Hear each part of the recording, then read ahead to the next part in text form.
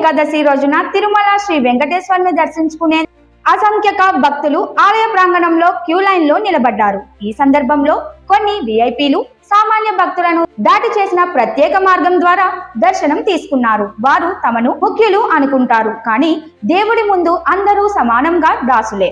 భగవంతుని సన్నిధిలో పదవి, ధన సంపత్తి ఎంత అయినా ప్రతి భక్తి ఒకే స్థాయిలో ఉంటుంది.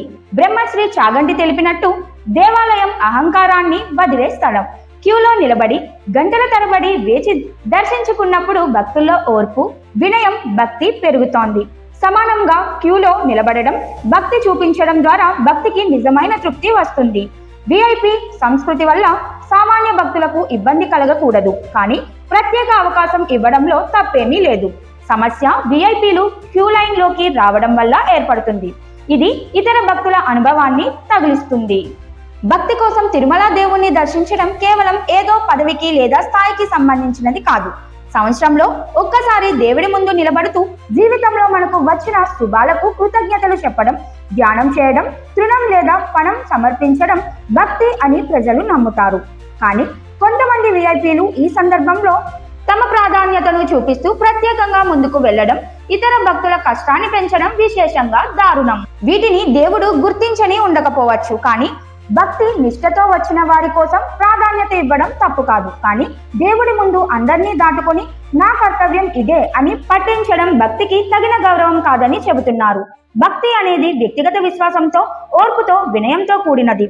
క్యూలో నిలబడి గంటల తరబడి ఎదురు చూసిన భక్తుల శ్రమ, ప్రేమ, నిస్వార్థ సేవే నిజమైన ఆధ్యాత్మిక అనుభూతిని ఇస్తుంది.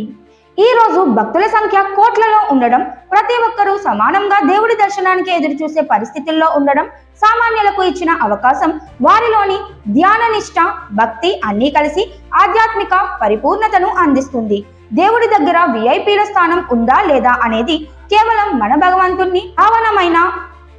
మన భగవంతుని భావనపై ఆధారపడి ఉంటుంది. నిజమైన భక్తి తప్పుడు ప్రాధాన్యత, పదవులు, ధన సంపత్తికి కాక ఓర్పు, వినయం, ప్రేమ, నిస్వార్థ సేవకు సంబంధమని ప్రజలు చెబుతున్నారు. తిరుమల దర్శనం కేవలం దర్శనం మాత్రమే కాదు, అది మన ఆత్మలో ఓర్పు, ధైర్యం, భక్తి, వినయం పెంపొందించే అవకాశం. విఐపీల వల్ల ఏర్పడే అసౌకర్యాలు సామాన్య భక్తులకు సంతాపం కలిగించవద్దు. అందరూ సమానంగా దేవుడి దాసులుగా, భక్తులుగా నిలబడితే ఆధ్యాత్మిక అనుభవం పరిపూర్ణంగా ఉంటుంది.